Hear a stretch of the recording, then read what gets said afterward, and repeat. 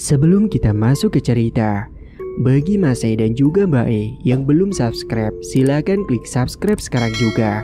Dan bagi yang sudah subscribe, semoga kalian di sana sehat-sehat selalu agar bisa mendengarkan cerita terbaru dari Mang Ripan. Dan tidak usah lama-lama, ini dia ceritanya. Selamat mendengarkan. Dok, tolong bangunin masmu. Itu bapak sudah nunggu di depan. Perintah Bu Mega kepada anak gadisnya yaitu Fani. Fani pun kemudian segera membangunkan kakaknya untuk berangkat ke ladang bareng bapaknya. Mas, bangun mas. Itu sudah ditunggu bapak di depan, ucap Fani sembari menepuk pundak kakaknya yang sedang tertidur. Iya Van. Aska pun akhirnya bangun dan segera beranjak mandi lalu sarapan. Mereka ini keluarga yang sederhana, rumahnya masih berpapan kayu dan memiliki 2 anak. Fani masih duduk di bangku SMA kelas 2 dan Aska anak pertamanya yang sudah berusia 24 tahun. Kerjaan Pak Umar adalah menanam sayur kangkung di kebun peninggalan dari orang tuanya dahulu. Namun luas kebunnya itu tidak seberapa. Pak Umar selalu dibantu anaknya yakni Aska untuk menanam bahkan memetik sayuran kangkung yang sudah siap panen. Aska dulunya hanya lulusan SMP. Dia pernah bekerja menjadi kuli bangunan di kota. Namun karena hasilnya yang tidak seberapa dan jarang mendapatkan panggilan, akhirnya dia memutuskan untuk pulang ke kampung dan membantu Pak Umar di ladang. Pagi itu mereka sibuk masing-masing. Bu Mega yang menyiapkan sarapan untuk anak-anak dan juga suaminya. Sedangkan si Fani, alhamdulillahnya bisa melanjutkan sekolah tidak seperti Aska kakaknya. Dan harapan kedua orang tuanya serta kakaknya itu, Fani nantinya bisa kuliah. Fani ini tergolong murid yang pintar dan cerdas serta dirinya itu juga cantik. Pak Umar tadi sudah sarapan terlebih dahulu. Sedangkan Fani, dia berangkat ke sekolah dengan sepedanya. Meskipun begitu, Fani tidak gengsi berangkat hanya dengan menggunakan sepeda. Sedangkan Aska dan Pak Umar mereka segera berangkat menuju ke ladang untuk mengecek tandurannya. Setibanya di ladang, terlihat kangkungnya itu sudah siap untuk dipanen dan akhirnya mereka segera memanen saat itu juga. Kah, alhamdulillah kangkungnya sudah siap dipanen. Iya Pak, lumayan bisa langsung dijual. Ya sudah, yuk kita panen. Setelah semua kangkungnya sudah dipetik, kemudian mereka dibagi dan dijadikan ikatan per ikatan. Dan nantinya satu ikatan kangkung yang masih fresh itu akan dijual ke pasar oleh Bu Mega. Dan biasanya satu ikat kangkung itu hanya dihargai Rp2.000 saja. Mereka biasanya panen 1 minggu sekali dan setiap harinya Aska dan Pak Umar selalu di ladang untuk memilah kangkung yang fresh dan yang ada ulatnya akan dipisahkan. Sehingga nanti pas panen dan akan dijual, kondisi kangkungnya itu sangat segar-segar. Akhirnya setelah semuanya sudah selesai dipanen, kemudian Aska dan Pak Umar segera pulang ke rumah untuk memberikannya kepada Bu Mega supaya kangkung itu dijual ke pasar pagi itu juga. Saat itu Aska memasukkan kangkung-kangkung yang sudah diikat menjadi satu ke dalam karung yang sudah dibawanya dari rumah. Dan mereka segera pulang ke rumah pagi itu juga. Beberapa saat kemudian mereka pun akhirnya sampai juga di rumah dan segera mengabari Bu Mega. Bu, Ibu, teriak Pak Umar. Sementara saat itu Bu Mega sedang di belakang rumahnya sedang menjemur pakaian. Akhirnya Pak Umar pun menghampiri ke belakang. Sedangkan Aska duduk di depan teras rumahnya sembari istirahat. Bu, Ibu, ada apa sih Pak teriak-teriak? Ibu lagi apa? Gak lihat ini Ibu lagi jemur pakaian. Itu Bu, tadi Bapak sama Aska sudah panen kangkung. Lumayan Bu, dapat banyak dari biasanya. Sudah diikat satu persatu kan Pak? Sudah Bu. Ya sudah kalau gitu, Ibu mau ke pasar sekarang Pak. Ini dilanjutin Bapak ya. Akhirnya saat itu Pak Umar menggantikan melanjutkan jemur pakaian.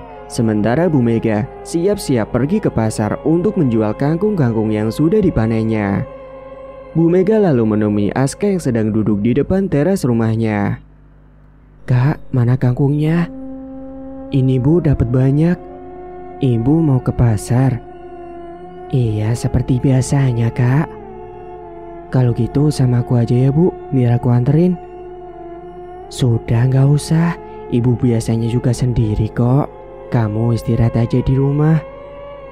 Bu Megan kemudian berangkat dengan mengayuh sepedanya menuju ke pasar yang jaraknya lumayan jauh. Beberapa saat kemudian, akhirnya dia pun sampai juga di pasar. Dan sesampainya di sana ternyata sudah ada pelanggan yang menanti Bu Mega. Pelanggan itu biasa beli kangkung di Bu Mega karena kangkungnya masih fresh dan sehat sayurnya. Nantinya pelanggan itu akan menjual lagi kangkungnya. Dan ada juga ibu-ibu yang membeli kangkungnya hanya untuk sekedar langsung dimasak hari itu juga. Bu, kok baru datang? Iya Bu, saya telat. Tadi suami saya ke ladangnya juga kesiangan. Oh ya sudah Bu, saya pesan seperti biasanya ya Bu, 10 ikat. Iya Bu, bentar ya saya hitung dulu. Ini Bu, sudah 10 ikat ya. Berapa Bu jadinya? 20.000 aja Bu. Biasanya nanti pelanggan yang akan menjual kangkungnya lagi itu dijual dengan harga 3.000 atau bahkan lebih. Meskipun kangkungnya itu langsung habis dan laku, namun tetap saja hasil yang didapat dari jualan kangkung dengan harga segitu, hasilnya akan tetap pas-pasan. Namun mereka tetap mensyukuri hal itu. Sedangkan Fanny dan juga Aska untungnya tidak pernah neko-neko atau meminta hal yang lebih karena mereka memang berbakti kepada kedua orang tuanya dan tidak mau merepotkan kedua orang tuanya. Bahkan Aska kalau di rumah, kalau misalkan ada panggilan buat bantu-bantu kuli bangun rumah, biasanya dia juga diminta bantuin, lumayan untuk pemasukan tambahan. Kala itu bahkan tidak sampai siang hari, semua dagangan kangkung yang dibawanya itu langsung pada habis. Bu Mega pun segera pulang ke rumah. Sementara di tempat lain, Fanny selalu belajar dengan giat dan memperhatikan gurunya dengan seksama ketika sedang menerangkan pelajaran sekolah. Dia juga di sekolah punya banyak teman, mereka semua baik kepada Fanny.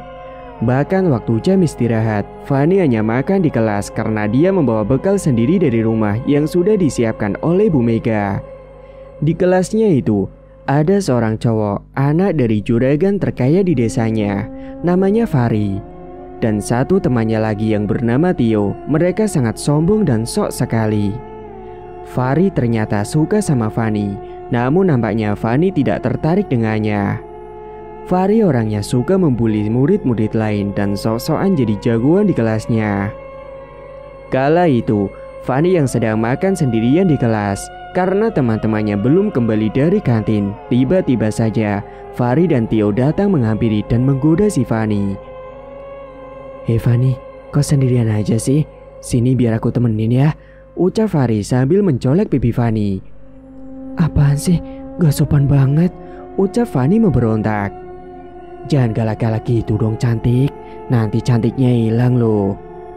Saat itu Fanny tidak menanggapi sama sekali rayuan dari Fahri, dia malah risih dan ilfil. Kemudian Fahri dan Tio duduk di bangku yang ada di depannya bangku Fanny. Van, aku serius mau ngomong sesuatu sama kamu. Ngomong apa? Aku suka sama kamu Van, kamu mau gak jadi pacar aku? Tenang Van, nanti kalau kamu mau jadi pacar aku, apa yang kamu minta pasti akan aku belikan tanpa terkecuali, Fahri berucap dengan sombong. Emangnya aku cewek apa nah? Aku gak semurah itu. Aku juga gak suka sama cowok seperti kamu yang sombong dan bangga dengan harta orang tua. Gak sudi aku jadi pacar kamu. Fanny menolak cintanya Fahri mentah-mentah. Sontak Fahri pun murka dan hendak menampar Fanny. Namun untungnya Fanny bisa menghindar. Dan Fahri mengejek Fanny mengatai dirinya itu miskin dan belagu. Dan tak berselang lama, teman-temannya pun datang dan langsung usir Fahri dan Tio dari dalam kelas. Kalian kenapa mau nampar Fanny? Pergi sekarang atau mau kita laporin sama guru? Fahri dan Tio yang takut dilaporkan, akhirnya mereka pun segera pergi dari situ. Namun sebelum pergi, Fahri seperti memberi kode kepada Fanny dengan menunjukkan telunjuk ke arah Fanny. Lalu teman-temannya Fanny mencoba menenangkan Fanny, sampai akhirnya Fanny pun merasa aman dan tenang. Singkat cerita, suatu malam, keluarga Fanny kumpul bareng dan makan malam bersama dengan lauk seadanya dengan tumis kangkung. Dan selesai makan, mereka lalu kumpul bersama di ruang tengah dan juga bercanda ria. Bu Mega nanya kepada Fanny untuk rencananya mau kuliah di mana. Oh iya, Nduk. Nanti kamu rencananya mau kuliah di mana? Aku pengennya kuliah di luar negeri, Bu. Apa nggak kejauhan, Nduk? Timpal Pak Umar. Ya gimana ya? Itu kan cita-citaku sejak dulu. Aku janji akan semangat belajar untuk bisa mendapatkan beasiswa, sehingga nanti aku tidak merepotkan bapak, ibu, dan kakak. Memang selama ini Fanny selalu rajin belajar. Di kelas, di rumah, dia selalu belajar dimanapun demi mendapatkan nilai yang bagus semua. Pak Umar dan Aska senang banget mendengar cita-cita Fanny, dan mereka akan mendukung pilihannya tersebut dengan cara apapun dan akan selalu menyemangatinya. Bapak dukung kamu, Nduk. Kamu tetap semangat ya. Pasti, Pak. Aku ingin bagian Bapak juga. Emas juga senang dengar cita-cita kamu, Dek. Emas pasti akan selalu dukung kamu. Makasih ya, Mas. Bahkan Aska bangga pada adiknya karena dia benar-benar ingin adiknya nantinya bisa menjunjung derajat keluarganya kelak. Malam pun semakin larut. Akhirnya mereka kembali ke dalam kamarnya masing-masing. Keesokan harinya, kegiatan masih sama seperti sebelumnya. Aska dan Pak Umar pergi ke ladang dan Fanny ke sekolah. Namun hari itu Fanny ada kerja kelompok di rumah temannya, jadi dia akan pulang sore. Kala itu menjelang waktu maghrib, Fanny pun menaiki sepedanya dan melewati sebuah kebun yang sangat sepi. Karena memang di sana masih pedesaan dan tak ada seorang pun yang ada di sekitaran situ. Bahkan lampunya pun hanya satu, jadi pencahayaannya sangat kurang saat itu. Namun tiba-tiba saja saat Fanny sedang mengendarai sepedanya, dia dikejutkan dengan kemunculan sosok kain hitam di depan jalannya. Sehingga Fanny pun kaget hingga akhirnya dia jatuh tersungkur dari sepedanya, menabrak sebuah pohon dan kemudian pingsan di tempat yang sepi itu. Ternyata sosok yang menghadangnya itu adalah Fahri yang mengenakan kain panjang, sengaja ingin mengusili Fanny karena dia masih tidak terima atas penolakannya waktu itu. Kala itu Fahri dan Tio sengaja menunggu Fanny yang katanya masih kerja kelompok. Mereka menyembunyikan motornya di semak-semak agar tidak ketahuan. Dan saat Fanny terlihat dari kejauhan, mereka pun muncul dengan mengagetkan dirinya. Namun Fahri dan Tio panik saat tahu Fanny malah pingsan dan menabrak sebuah pohon. Padahal niat awal mereka hanya cuma ngagetin saja. Waduh, Fanny pingsan tuh, Far. Ya udah, yuk kita samperin. Kamu sih keterlaluan, ucap Tio. Kan aku masih gak terima, dia nolak aku, ya aku kerjain aja sekalian. Segera mereka kemudian menghampiri Fanny yang pingsan. Namun saat itu dalam kondisi yang sepi, Tio terlintas niat buruk. Dia mengajak Fahri untuk menikmati tubuhnya Fanny. Far, kesempatan nih, ada mangsa. Maksudmu apa, yuk? Kita nikmati aja tubuh indahnya Fanny, gimana? Ah, enggak, jangan ngaco kamu. Udahlah, mumpung dia gak sadar. Mana lagi ada kesempatan seperti ini. Lihat nih, sepi gak ada siapa-siapa. Fahri yang sempat menolak ajakan Tio, namun Tio terus memaksa dan bilang kalau Fahri tidak mau, Tio akan tetap melakukan itu. Dan jika nantinya terungkap, maka Fahri juga akan kena, meski dia tidak ikut menggauli si Fanny. Akhirnya terpaksa, Fahri pun mau melakukan hal itu. Mereka menyembunyikan sepeda milik Fanny dan menggotong tubuhnya Fanny masuk ke dalam kebun yang tertutupi semak-semak. Dan dengan teganya, mereka melakukan itu dengan langsung melucuti pakaian Fanny hingga terbuka semuanya. Nampaklah tubuh putih Fanny yang memang sangat cantik dan berbadan bagus itu. Mereka yang sudah tidak tahan akhirnya langsung menjamah paksa tubuh Fanny. Fanny yang kala itu belum sadar karena pingsan. Fahri dan Tio bergantian menyetubuhi. Yang pertama adalah Tio, kemudian giliran Fahri. Dan saat Fahri sedang menikmatinya, tiba-tiba saja Fanny tersadar selang beberapa saat. Fanny pun langsung terkejut dan mendapati Fahri yang sedang menjamah tubuhnya. Sontak Fanny pun langsung teriak. Namun saat Fanny akan teriak dengan keras, seketika Fahri langsung membuka mulutnya Fanny. Diam kamu, jangan teriak, ucap Fahri. Fahri pun terpaksa menghentikan aksinya itu, padahal dia belum selesai. Kemudian Tio mengancam Fanny jika nanti dia memberitahu siapapun, maka Fanny akan dibunuh. Hei Fanny, awas saja ya kalau kamu bilang ke siapa-siapa. Aku akan pastikan kamu tidak akan selamat, alias akan kita bunuh kamu. Kemudian Fahri dan Tio dengan teganya segera pergi dari tempat itu dengan perasaan yang puas karena telah menikmati kecantikan tubuh Fanny. Fanny pun hanya bisa terdiam dan ketakutan, dia pun trauma. Dia masih merasakan sakit pada bagian intimnya karena mahkota sucinya telah direnggut paksa oleh bocah bangsa dua itu. Dia menangis sesenggukan lama sekali dan saat itu sambil mencoba menutup semua pakaiannya yang acak-acakan. Dan saat itu, dia terbayang akan soal cita-citanya yang seakan-akan telah pupus harapan karena kondisi yang dialaminya saat itu. Kemudian dia mencari sepedanya dan segera pulang dalam keadaan masih tetap nangis. Beberapa saat kemudian, Fanny pun sampai di rumah hampir menjelang Isya. Dan kala itu, dia mencoba untuk tetap tegar dan tidak menangis. Bajunya tampak kotor dan juga acak-acakan.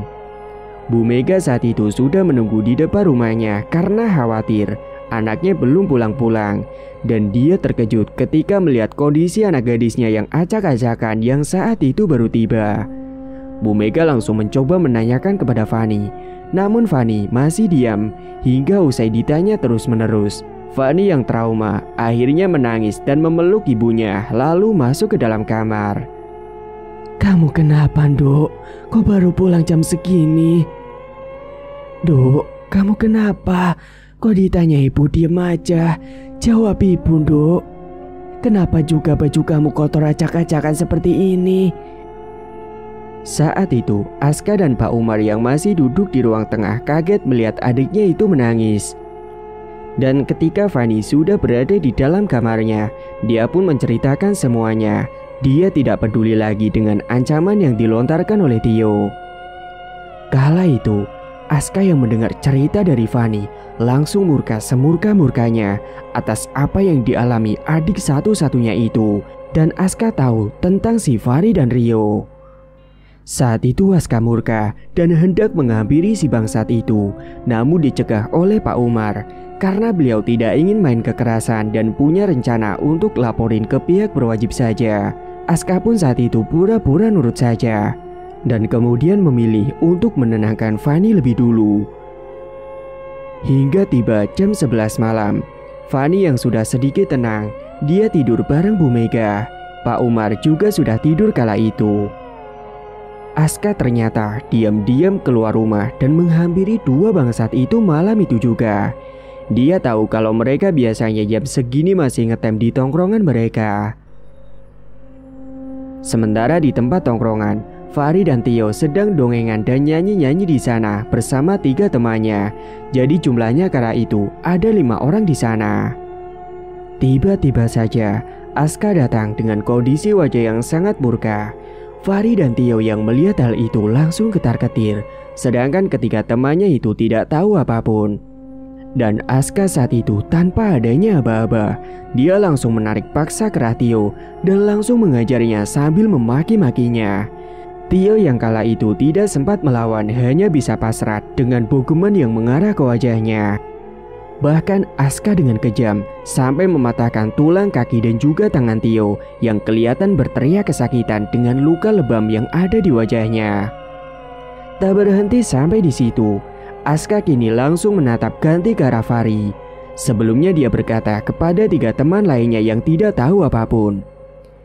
Diam kalian bertiga, jangan ikut campur urusanku jika tidak ingin kupatahkan kaki dan tangan kalian seperti mereka. Mereka bertiga pun hanya diam ketakutan melihat Aska yang sedang murka. Kemudian Aska langsung menarik paksa Fahri yang ternyata pengecut dan gak berani melawan. Dasar bangsat, apa yang kau lakukan pada adikku? Aska dengan beringas langsung mengejar Fahri sama seperti Tio sambil mengumpatinya dengan kata-kata kasar. Tak elak kaki dan tangannya langsung patah akibat pukulan dari Aska. Dan tak berselang lama, akibat suara kegaduhan itu, warga datang menghampiri termasuk orang tuanya Fahri. Mereka terkejut melihat anaknya yang sudah babak belur. Aska pun langsung diamankan warga yang tidak tahu duduk permasalahannya, dan bapaknya Fahri yaitu Pak Giman menyuruh warga untuk membawa Aska ke kantor polisi.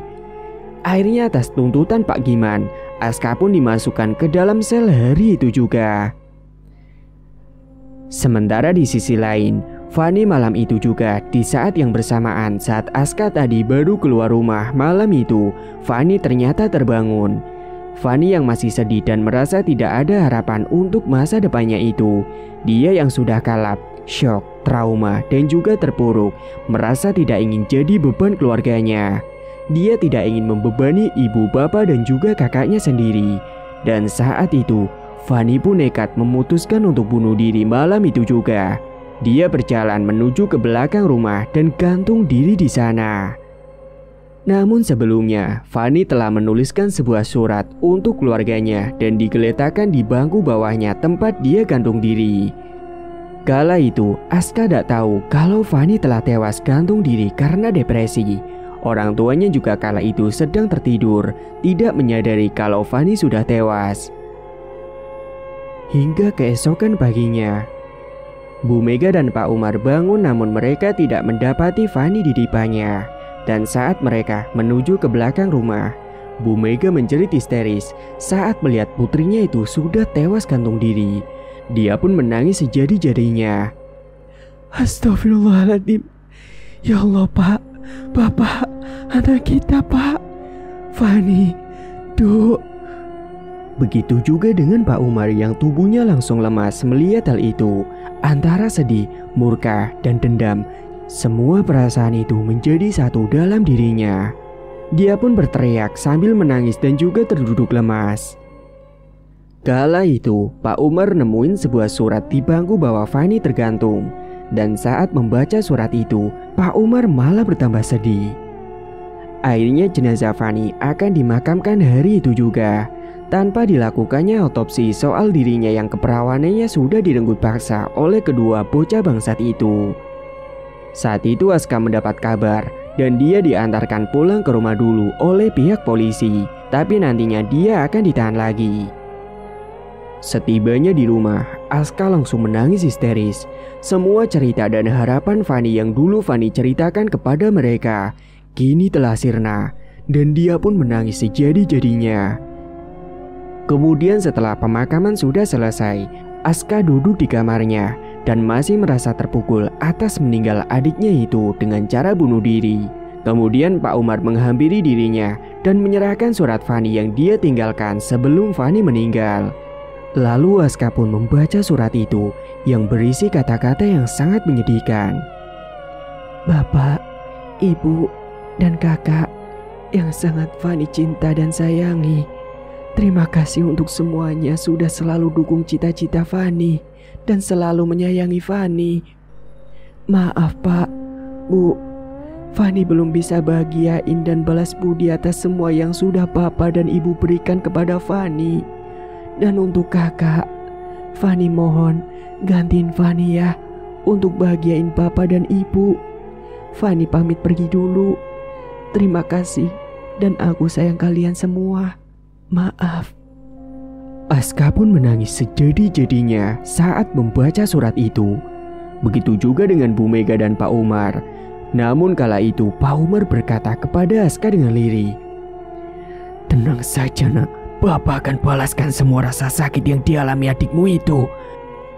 Aska tidak paham dengan apa yang diucapkan oleh Pak Umar. Bu Mega juga tidak mendengar ucapan Pak Umar kala itu.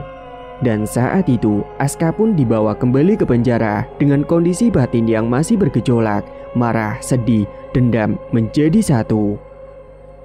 Dan yang lebih gedeknya saat itu, Fahri dan Tio tidak mengakui kesalahan mereka saat ditanyai oleh Pak Giman.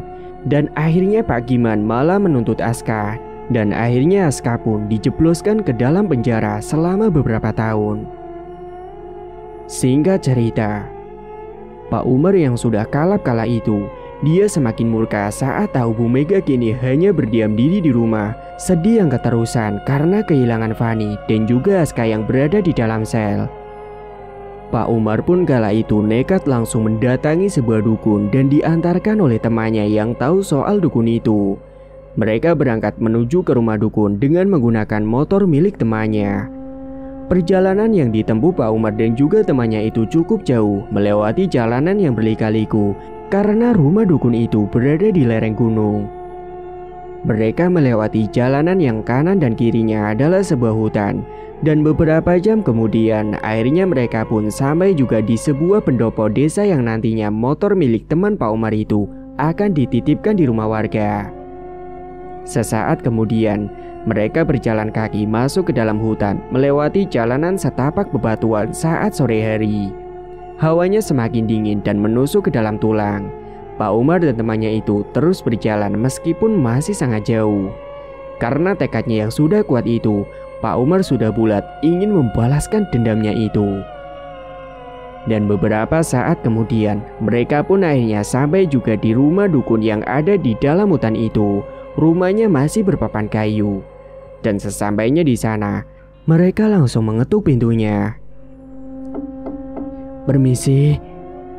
Pintu pun dibuka dan saat itu terlihat seorang laki-laki parubaya keluar menemui Pak Umar dan juga temannya. Dia adalah Mbah Slamet. Kemudian Mbah Slamet langsung mempersilahkan mereka masuk ke dalam rumahnya. Pak Umar kemudian menjelaskan semuanya.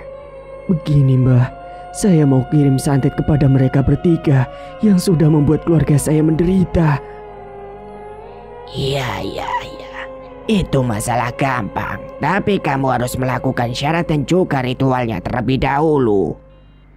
"Iya Mbah, saya siap." Namun syarat dan maharnya kali ini cukup berat. Apakah kamu sanggup? "Iya Mbah, saya sudah siapkan semuanya. Berapa Mbah akan saya bayar?" 10 juta untuk biaya maharnya. Saat itu Pak Umar sudah menyiapkan uang yang dia pinjam dari temannya yang nanti akan dicicil mipil. Karena Pak Umar benar-benar sudah sangat dendam, jadi apapun akan dia lakukan.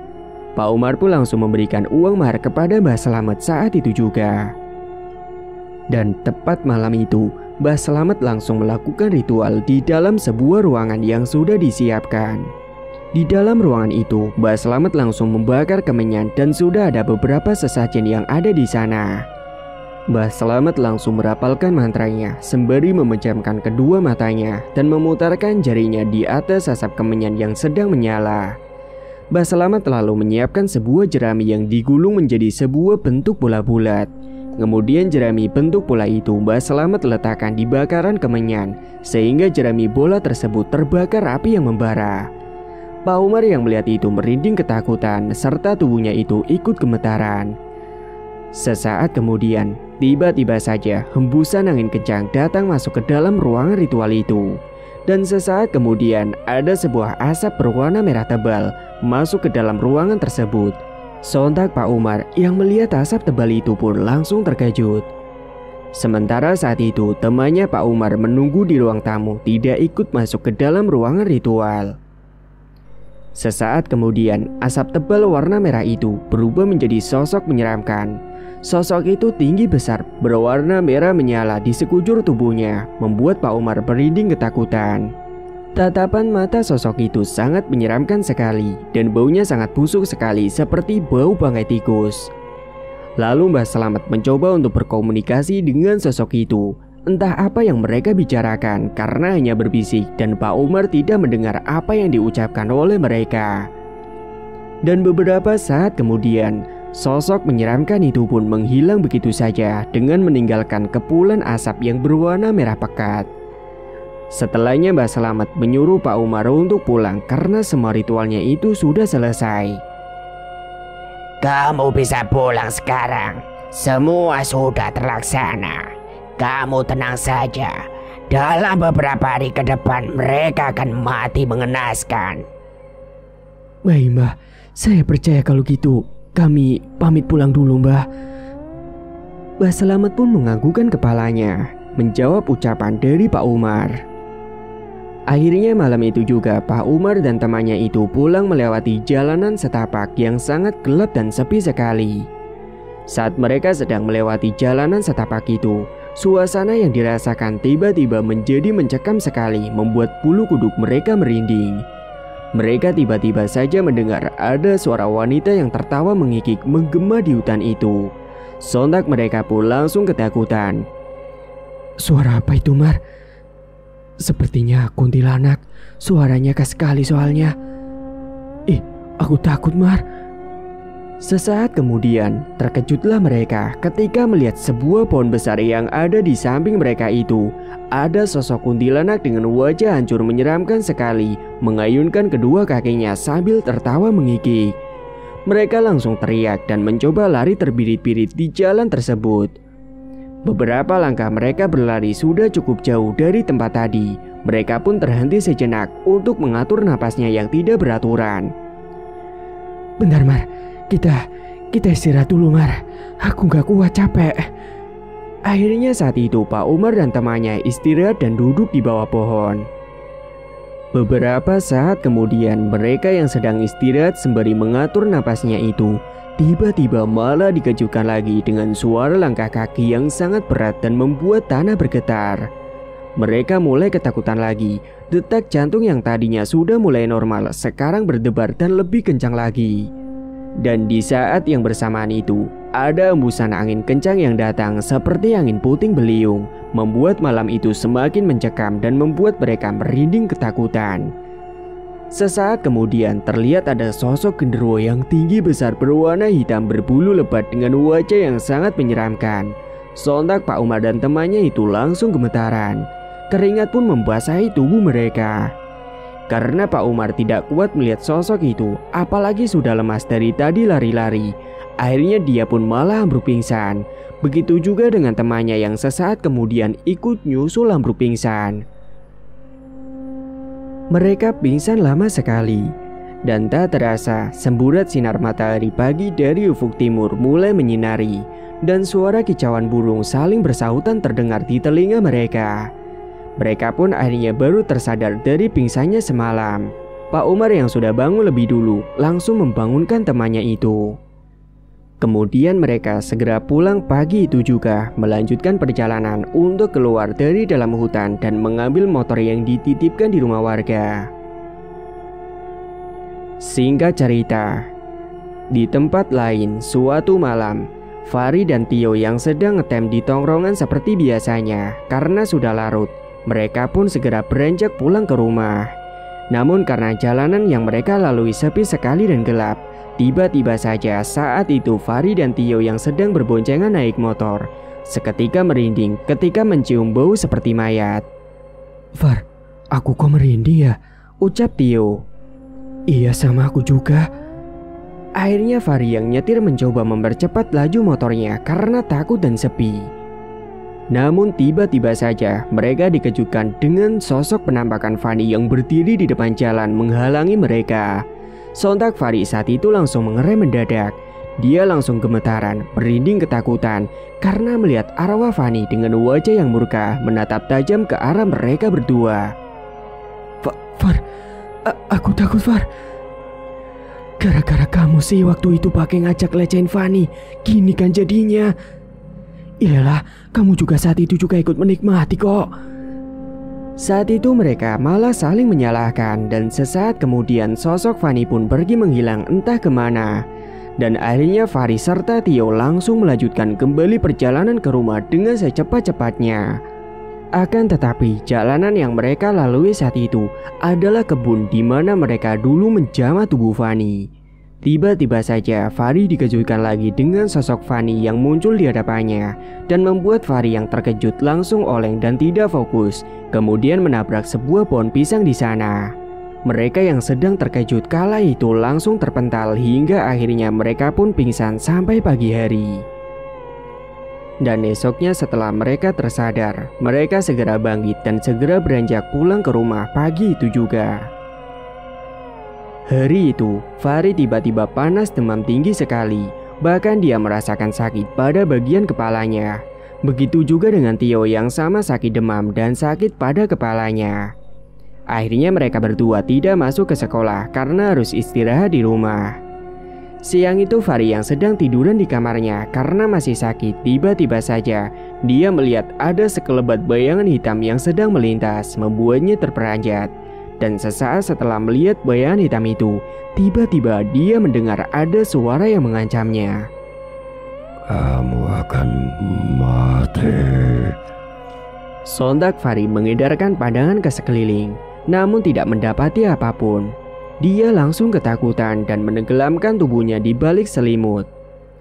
Sementara Tio yang ada di dalam ruangan tengah sambil menonton televisi untuk mencari hiburan karena bosan di dalam kamar saja, dia langsung mendengar ada suara yang mengancam dirinya. Kamu akan mati malam ini. Sontak Tio langsung merinding dan terdiam sembari mencari kesana kemari suara itu berasal. Dan sesaat kemudian Tio merasakan sakit pada kepalanya. Dia pun langsung merintih kesakitan. Aduh, sakit, rintihnya sambil memegangi kepalanya. Malam harinya, Pak Giman yang sedang duduk di depan teras rumahnya, tiba-tiba saja beliau dikejutkan dengan sekelibat bayangan putih yang melintas dan beliau mencium bau busuk yang menyengat. Dan saat itu Pak Giman langsung merasakan sakit kepala, dia sampai matanya berkunang-kunang. Dia kala itu mencoba untuk masuk ke dalam rumah. Dia berjalan sambil memegangi kepalanya yang masih teramat sakit itu.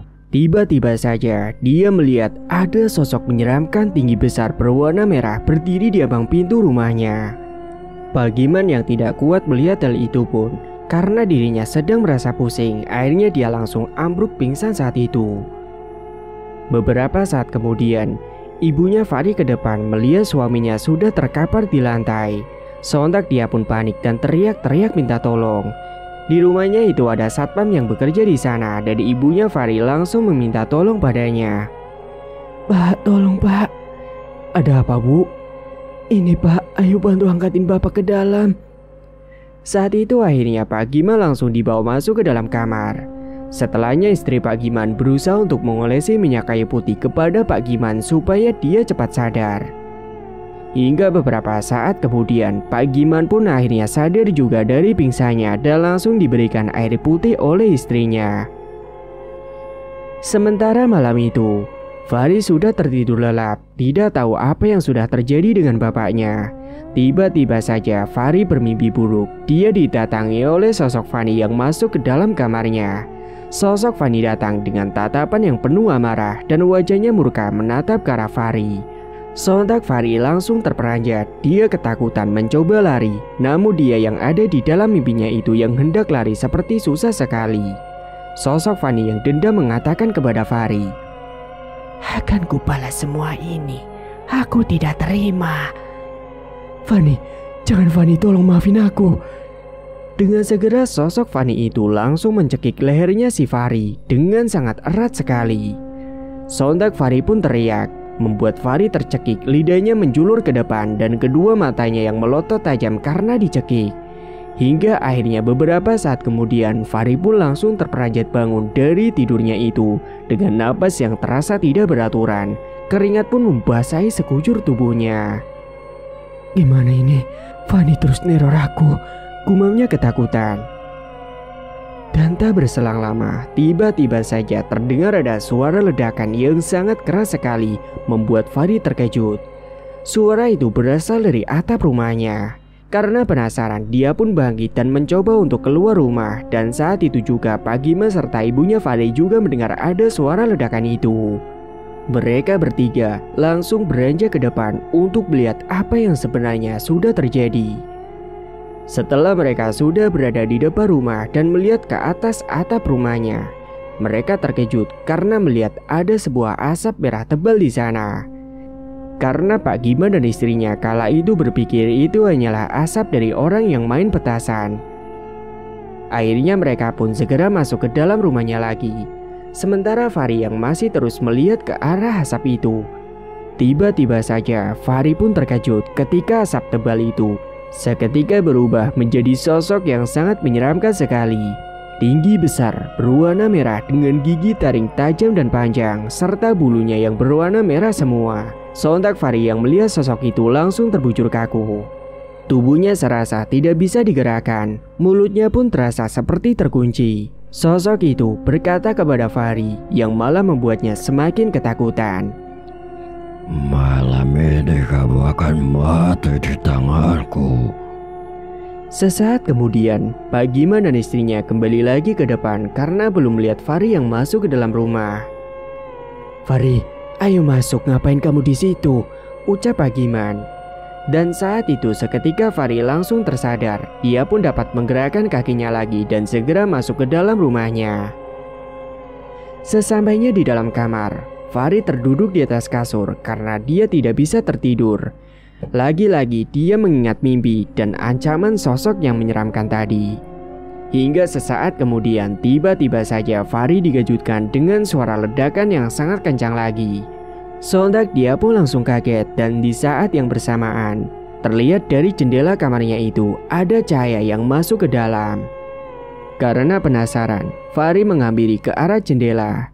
Namun ketika dia membuka jendela kamarnya itu, Fahri terkejut. Dari kejauhan terlihat ada sebuah bola api yang melesat cepat menuju ke arah Fahri. Saat itu Fahri tidak bisa bergerak sama sekali. Dia pun hanya berteriak dan bola api itu langsung menghantam tubuh Fahri. Dan saat itu juga Fahri langsung tergeletak di lantai dengan tubuh yang gosong dan berasap. Sontak kedua orang tuanya yang tadi sempat mendengar teriakan dari Fahri langsung bergegas masuk ke dalam kamarnya Fahri. Dan mereka langsung terkejut karena mendapati anaknya yang tadi tidak kenapa-napa, tapi sekarang sudah terkapar tewas dengan gosong dan berasap. Fahri, teriak ibunya. Bu, sana Bu cari bantuan Bu, ucap Pak Giman. Iya Pak. Saat itu, ibunya Fahri langsung berlari keluar untuk mencari bantuan satpam dan juga tetangganya. Namun saat ibunya Fahri itu keluar, Pak Giman yang ada di dalam kamarnya Fahri didatangi sebuah bola api terbang. Pak Giman saat itu pun tubuhnya langsung kaku, tidak bisa bergerak, padahal sebelumnya dia ingin mencoba berlari. Dan akhirnya bola api itu langsung menghantam tubuh Pak Giman hingga beliau tewas dengan tubuh yang gosong menghitam. Istri Pak Giman dan beberapa warga terkejut saat mendengar ada suara ledakan lagi di dalam rumahnya saat mereka akan memasuki rumah itu. Dan setelah mereka masuk, mereka terkejut ketika mendapati Pak Giman sudah tewas dengan kondisi yang sama seperti si Fahri. Ya Allah Bapak, teriak ibunya penuh histeris. Astagfirullahaladzim, ucap para warga. Ibunya Fahri langsung nangis kejer kala itu tidak menyangka anak dan suaminya tewas dengan cara yang mengenaskan. Sementara di sisi lain, malam itu juga terjadi hal yang sama di rumahnya Tio. Dia yang terbangun karena mimpi buruk. Tiba-tiba saja Tio didatangi sosok Fanny dengan wajah yang murka dengan tatapan yang tajam. Fanny, ucap Tio, kamu harus menerima apa yang aku rasakan. Malam ini juga kamu harus mati. Fanny, tolong maafkan aku, Van. Sesaat kemudian Fanny pergi menghilang dan bersamaan dengan itu Tio dikejutkan dengan suara ledakan yang sangat keras sekali tepat di atas atap rumahnya. Dia juga melihat ada cahaya yang masuk ke dalam kamarnya melalui jendela. Cahaya apa itu? Karena penasaran, Tio pun mencoba mendekat ke arah jendela dan melihat ada apa di sana. Saat jendela itu dibuka, betapa terkejutnya Tio melihat ada sebuah bola api yang melesat ke arahnya. Dan saat itu juga, Tio langsung dihantam oleh sosok bola api itu dan langsung tewas dengan kondisi tubuh yang gosong. Mereka bertiga tewas mengenaskan. Keesokan paginya, jenazahnya Pak Giman dan Fari pun akan segera dimakamkan. Begitu juga dengan Tio yang pagi itu orang tuanya mendapati dirinya di dalam kamarnya sudah terkapar gosong tak bernyawa. Tio pagi itu juga akan segera dimakamkan. Sementara Pak Umar yang mendengar siaran berita kematian, akhirnya dia merasa puas dengan dendamnya yang telah terbayarkan. Akhirnya kalian mati juga, gumamnya sambil tersenyum. Saat itu, Pak Umar yang sedang duduk di depan teras rumahnya sembari menikmati secangkir kopi dan singkong rebus yang dibuatkan oleh Bu Mega. Dan sesaat kemudian, Bu Mega pun datang menghampiri dan duduk bersama. Siapa Pak yang tadi meninggal? Itu Bu, Pak Giman sama anaknya yang sudah melakukan perbuatan kejam sama putri kita. Kok bisa ya Pak, mereka meninggalnya bebarengan? Biarkan saja Bu, itulah azab bagi mereka, ucap Pak Umar. Memang kala itu Bu Mega tidak tahu kalau Pak Umar ini sudah pergi ke dukun dan menyantet Pak Giman serta Fari dan Tio. Ayo kita takziah Pak, kan dia juragan di desa ini, pasti banyak yang datang ke sana Pak. Pak Umar kala itu sebenarnya malas datang bertakziah ke rumah si juragan bangsat itu. Namun karena dia tidak ingin dicurigai istrinya, akhirnya Pak Umar pun mengiyakan ajakan istrinya tersebut. Saat itu segera Pak Umar dan Bu Mega bersiap-siap karena akan pergi bertakziah ke rumahnya Pak Giman. Dan sesampainya di sana, sudah ada banyak orang yang bertakziah, namun kebanyakan mereka menggunjing jenazahnya Pak Giman dan juga Fari atas kejadian semalam. Pak Umar pun senang sekali setelah melihat jenazah Pak Giman dan Fari itu kosong. Namun hatinya masih tetap sedih karena bagaimanapun meskipun dendamnya telah terbalaskan, Fani tetap tidak akan hidup kembali. Dan mulai dari situ, Pak Umar mencoba melanjutkan hidupnya serta mencoba menghibur Bu Mega yang masih nampak sedih. Singkat cerita, 6 tahun kemudian, Aska akhirnya dikeluarkan dari tahanan. Kini dia kembali kerja lagi bantu Pak Umar dan juga Bu Mega yang kala itu sudah mulai menerima kepergiannya si Fani. Aska berjanji akan membahagiakan orang tuanya sesuai pesan yang dititipkan oleh Fani. 1 tahun kemudian, akhirnya Aska bisa mengembangkan usahanya dan tidak hanya menanam kangkung saja, dia juga menanam sayuran lainnya. Dari situlah Aska bisa sukses dan beli lahan lagi dan akhirnya bisa bantu perekonomian Pak Umar dan juga Bu Mega. Bahkan kini rumahnya sudah direnovasi dari biaya kerja kerasnya itu. Tidak lupa juga setiap Jumat, Pak Umar, Bu Mega dan juga Aska selalu berkunjung ke makam Fani dan selalu mendoakannya. Aska saat itu yang berkunjung ke makam Fani, dia mengucapkan sesuatu sebelum pulang. Dek, semoga kamu tenang di sana. Aku udah wujudin harapanmu, Dek. Kakak sudah bisa bahagiain bapak dan ibu. Jadi kamu jangan sedih lagi ya di sana, ucap Aska sambil menangis. Pak Umar dan Bu Mega yang tak sengaja mendengar itu pun ikut menangis. Mereka kini berusaha tabah dan mengikhlaskan semuanya. Tamat. Cerita pun selesai. Terima kasih bagi Mase dan Bae yang sudah setia menyimak cerita ini sampai akhir. Dan bagi yang belum menekan tombol subscribe, silakan klik tombol subscribe sekarang juga. Dan semoga kalian semua dimanapun berada selalu sehat-sehat semua dan dimudahkan segala urusannya. Dan sampai jumpa lagi di cerita terbaru yang akan Mang Ripan bawakan nantinya.